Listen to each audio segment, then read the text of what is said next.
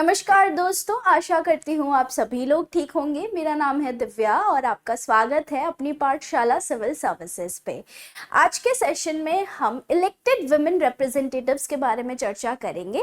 मतलब जो ग्रामीण क्षेत्रों में निर्वाचित महिला प्रतिनिधि होती हैं, ये हाल ही में सुर्खियों में रही है सुप्रीम कोर्ट के एक फैसले के अनुसार। तो हम बात करेंगे कि कौन होती हैं ये, संविधान में बोल सकते हैं संविधान के अकॉर्डिंग इनका क्या रोल होता है, क्या फंक्शंस हैं, रिस्पॉन्सिबिलिटीज है, जो आपके सर्वोच्च न्यायालय है उनकी क्या सुनवाई की गई है, कौन सा केस है राइट जो हाल ही में सुर्खियों में रहा है। बहुत इंपॉर्टेंट है क्योंकि ये मीन्स राइटिंग में भी आपको हेल्प करेगा। स्पेशली जो केस का नाम होता है ये एग्जाम्पल के तौर पर हम यूज कर सकते हैं। It is relevant with GS paper 2 policy and governance. जो पॉलिटी गवर्नेंस का इश्यू है उस मुद्दे से संबंधित आपका यहाँ पर ये इश्यू रहता है। तो चलिए समझते हैं कि ये सुर्खी में क्यों है। सबसे पहले अगर हम बात करें तो why it has been in the news. तो सुप्रीम कोर्ट ने हाल ही में तकनीकी आधार पर, मतलब अगर हम बात करें तो टेक्निकल ग्राउंड्स पर अयोग्य ठहराई गई एक महिला सरपंच को राहत दी है। Supreme court has recently granted relief to a female sarpanch disqualified on technical grounds। जो ग्रामीण शासन में महिलाओं के प्रति जो भेदभावपूर्ण रवैया है लोगों का, उसे दर्शाता है। तो सुप्रीम कोर्ट का ये फैसला काफ़ी इम्पॉर्टेंट है, स्पेशली जो आपकी महिला सरपंच होती हैं ग्राउंड लेवल पर, ज़मीनी स्तर पर जो प्रशासन में जिनका महत्वपूर्ण योगदान रहता है राइट। तो यहाँ पर उनकी जो अयोग्यता थी, किस आधार पर अयोग्यता ठहराई गई थी, तकनीकी आधार पर, उसको यहाँ पर क्या कर दिया है, खारिज कर दिया है। और यहाँ पर कोर्ट ने कहा है कि प्रशासनिक प्रक्रियाओं के भीतर जो भी पूर्वाग्रह होते हैं, मतलब जो भी आप बोल सकते हैं सिस्टमैटिक बायसेस हैं महिलाओं को लेके, वो इशारा करते हुए एक निर्वाचित प्रतिनिधि, एक इलेक्टेड रिप्रेजेंटेटिव, एक महिला को हटाने की गंभीरता पर जोर दिया है कि एक तरह से अगर आप इस तरह का बोल सकते हैं, इस तरह के अगर चीज़ें समाज में करेंगे तो किसी भी महिला का जो नेतृत्व है, नेतृत्व में जो भूमिका है महिलाओं की, उसका अधिकार उससे छीनता है। तो आइए समझते हैं कि यहाँ पर क्या पूरी बात हुई थी, क्या वो केस है जिसमें सुप्रीम कोर्ट ने पूर्वाग्रहों को यहाँ पर हाईलाइट किया है, साथ ही में महिला सरपंच की यहाँ बात सुनी गई है और इन्हें यहाँ पर डिस्क्वालीफाई या अयोग्य होने से बचा लिया है। तो केस है Manisha Ravindrapan Patil versus State of Maharashtra. आपको ध्यान रखना है, Manisha Ravindrapan Patil versus State of Maharashtra का ये केस है। अब केस क्या था कि मनीषा रविंद्रपन पाटिल एक महिला हैं जो सरपंच के तौर पर निर्वाचित हुई थी। कब निर्वाचित हुई थी? 2021 में महाराष्ट्र के जलगांव जिले के विचखेड़ा गांव की ये सरपंच बनी, इलेक्ट होके सरपंच बनी। अब उनके इलेक्शन मतलब निर्वाचित होने के बाद जब वो सरपंच बन गई तो कुछ गांव वालों ने उन्हें, उनके खिलाफ एक अयोग्यता याचिका दायर करी, एक डिस्क्वालिफिकेशन पिटीशन यहाँ पर उन्होंने फाइल किया। और याचिका अयोग्यता के आधार पर याचिका जो उन्होंने दायर करी, उसकी उनको किस पैमाने पे दायर किया कि वो एक सरकारी ज़मीन पर बोल सकते हैं, यहाँ पर सरकारी ज़मीन पर अपनी बोल सकते हैं सास के साथ वो रह रही हैं राइट। तो यहाँ पर ये चीज़ गलत है और मिस पन पाटिल ने ये बोला कि यहाँ पर ये जो एलिगेशंस लगा रहे हैं मुझ पे, ये बिल्कुल गलत है, क्योंकि जिस घर की वो बात कर रहे हैं वो रहने लायक ही नहीं है, वहाँ कोई इंसान रहे वो संभव ही नहीं है। और दूसरा, ये अपने पूरे परिवार के साथ एक किराए के मकान में रहती है। तो जब ये यहाँ पर अयोग्यता याचिका इन प्राइवेट लोगों के द्वारा लोकल कलेक्टर, जो स्थानीय कलेक्टर के पास गई, तो कलेक्टर ने भी एक ऑर्डर इशू किया और उन्हें सरपंच की जो पोस्ट है उससे अयोग्य यहाँ पर, मतलब यहाँ पर उन्हें अयोग्य कर दिया, डिस्क्वालीफाई कर दिया। अब उन्होंने क्या किया, कि यहाँ पर वो एक याचिका दायर करती है फिर बॉम्बे हाई कोर्ट के अंदर, राइट, औरंगाबाद बेंच में, कि इस तरह के ऑर्डर जो लोकल कलेक्टर और डिविजनल कमिश्नर ने दिए हैं और जिससे मुझे अयोग्य ठहराया जा रहा है, ये बिल्कुल गलत है। तो बॉम्बे हाई कोर्ट ने तो उनकी याचिका को खारिज कर दिया, डिसमिस कर दिया। और उसके बाद मिस पन पाटिल गई सुप्रीम कोर्ट। किस आधार पर गई सुप्रीम कोर्ट, ये ध्यान रखना है, क्योंकि एक नई टर्म आई है कि मिस पन पाटिल फिर स्पेशल लीव पिटीशन के आधार पर, मतलब विशेष अनुमति याचिका के आधार पर वो सुप्रीम कोर्ट जाती है और वहां पर इस मामले के खिलाफ क्या करती है, याचिका दायर करती है। और ऐसा भी है कि जब से ये सरपंच बनी है उसके बाद ही गांव वाले इन पर इस तरह के एलिगेशन लगा रहे हैं कि आपने सरकारी जमीन पर, आप बने घर में रह रही हैं, इससे पहले किसी ने भी कुछ नहीं कहा था, राइट। तो स्पेशल लीव पिटीशन के आधार पर ये सुप्रीम कोर्ट पहुंचती है, याचिका दायर करती है। अब स्पेशल लीव पिटीशन या विशेष अनुमति याचिका क्या है, तो स्पेशल लीव पिटीशन में जो आपके उच्च न्यायालय, सर्वोच्च न्यायालय हैं, वो केवल उन मामलों को स्पेशल लीव पिटीशन पर विचार करने का अधिकार रखते हैं जब कानून का कोई महत्वपूर्ण प्रश्न यहाँ शामिल हो। मतलब लॉ से रिगार्डिंग कोई एक इंपॉर्टेंट क्वेश्चन अगर यहाँ पर इंक्लूडेड होता है, substantial question of law is involve, तभी इस तरह की याचिकाएं सुप्रीम कोर्ट एंटरटेन करता है। और आर्टिकल 136 आपको ध्यान रखना है, अनुच्छेद 136 के हिसाब से भारत के सर्वोच्च न्यायालय को एक तरह से भारत के क्षेत्र में किसी भी न्यायालय या किसी भी बोल सकते न्यायालय में जो पारित हुआ है, किसी भी कोई भी मामला है, ठीक है, उसमें निर्णय या आदेश के खिलाफ अपील करने की विशेष अनुमति देने की विशेष शक्ति प्रदान की गई है। मतलब सुप्रीम कोर्ट के पास अनुच्छेद 136 के तहत यह अधिकार है कि किसी भी कोर्ट भारत के क्षेत्र में कोई भी ट्रिब्यूनल या कोर्ट जो है उनका निर्णय है, जो भी डिसीजन या ऑर्डर है, उसके खिलाफ अपील कर सकता है आपका सुप्रीम कोर्ट। तो 136 के अंडर ये पावर है और इसी स्पेशल लीव पिटीशन के तहत आपकी ये महिला कहाँ गई थी, सुप्रीम कोर्ट जाती हैं। तो अब कोर्ट का, सुप्रीम कोर्ट का क्या ऑब्जर्वेशन आया है, यहाँ पर कोर्ट ने बहुत महत्वपूर्ण तरीके से बोल सकते हैं एक इंपॉर्टेंट जजमेंट यहाँ पर फैसला सुनाया है। सबसे पहले तो कि बिल्कुल भी सब्सटैंशियल नहीं है, कोई भी ऐसे वैलिड डॉक्यूमेंट्स या कोई भी ऐसे तथ्य नहीं है जो ये सिद्ध करे कि वो क्या है, वो डिस्क्वालीफाई, अयोग्य है उस पोस्ट के लिए। जो एलिगेशंस गांव वाले लगा रहे हैं उसके लिए भी उनके पास कोई प्रॉपर डॉक्यूमेंट्स नहीं है।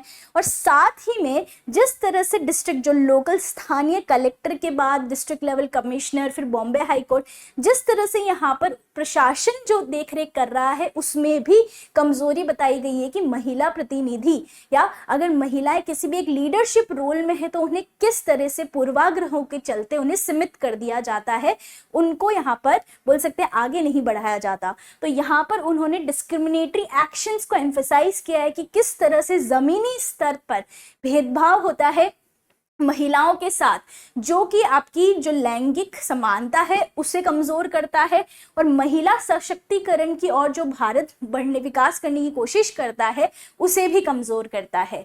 साथ ही में कोर्ट ने जो अथॉरिटीज है उन्हें डायरेक्ट किया है कि आप अनुकूल माहौल बनाइए कि कोई भी महिला अधिकारी या कोई भी बोल सकते हैं एडमिनिस्ट्रेशन, प्रशासन में अगर कोई महिला है, राइट, जो जमीनी स्तर पर काम कर रही हैं, तो उनको यहाँ पर क्या करें, जो भी प्रतिनिधि हैं उनके लिए एक अनुकूल माहौल बनाया जाए ताकि वो आगे आए और इस तरह के लीडरशिप रोल्स या रिप्रेजेंटेटिव रोल्स संभाले, ना कि उन्हें किसी न किसी आधार पर, जैसे कि टेक्निकल ग्राउंड्स के आधार पर उन्हें अयोग्य जैसी आप मान्य स्वीकार करें।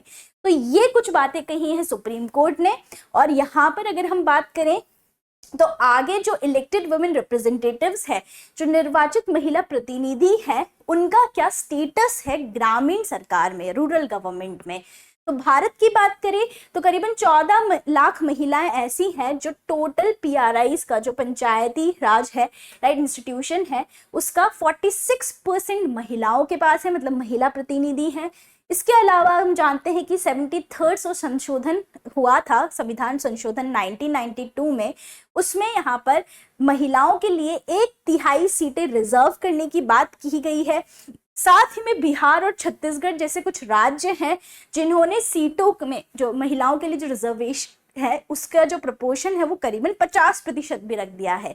तो 1/3 तो आपके संशोधन के तहत है। फिर सरकारों ने भी अपनी अपनी मर्जी से महिलाओं को बढ़ावा देने के लिए यहाँ पर सीट रिजर्वेशन जो है वो कितना कर दिया है, 50% कर दिया है।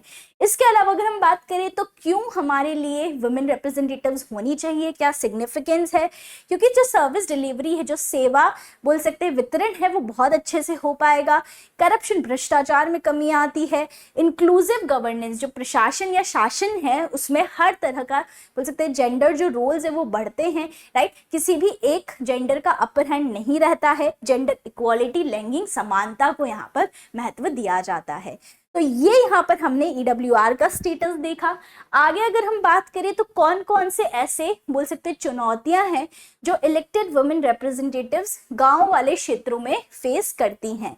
सबसे पहले अगर आपने पंचायत सीरीज देखी है तो आपने देखा होगा कि रबर स्टैम्प कैंडिडेट, मतलब जो रबर स्टैम्प आपका कैंडिडेट होता है, राइट, जिसमें एक्चुअल डिसीजन मेकिंग पावर की सरपंच तो महिला बन गई है क्योंकि उन्हें आरक्षण मिला है उस तरीके से, पर जो डिसीजन लेगा कि निर्णय लेने वाला जो होगा वो या तो उनका कोई फैमिली मेंबर होगा या हस्बैंड होगा।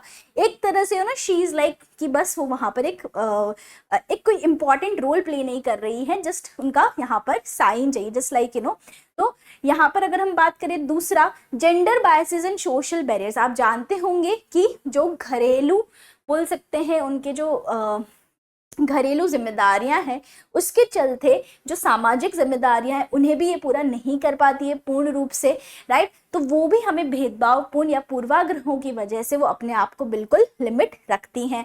तो जेंडर बायसेस और सोशल बैरियर्स भी दूसरा कारण है। स्टेट पॉलिसीज एज बैरियर, आपने कई राज्यों की ऐसी नीतियां देखी होगी जिसमें क्या होता है कि आपको एक न्यूनतम एजुकेशनल क्वालिफिकेशन चाहिए होती है या फिर आपके सिर्फ 2 बच्चे हो तभी आप कंटेस्ट कर सकते हैं इलेक्शन। तो इस तरह के रूल्स या पॉलिसीज की वजह से कई ऐसी महिलाएं जो वंचित रह जाती है क्योंकि उन्होंने या तो वो पढ़ी लिखी नहीं होती, मिनिमम क्वालिफिकेशन नहीं होती उनके पास, या फिर वो दूसरा जो भी क्राइटेरिया उसे फुलफिल नहीं कर रही होती हैं। इसके अलावा रोटेशन ऑफ सीट, जो महिला प्रतिनिधि होती है वो करीबन 1 साल या सिर्फ 2 साल, इस तरह से अगर हम बात करें तो उतने ही टाइम के लिए वो वहाँ पे होती है, उसके बाद उनका टर्म फिर से नहीं आता।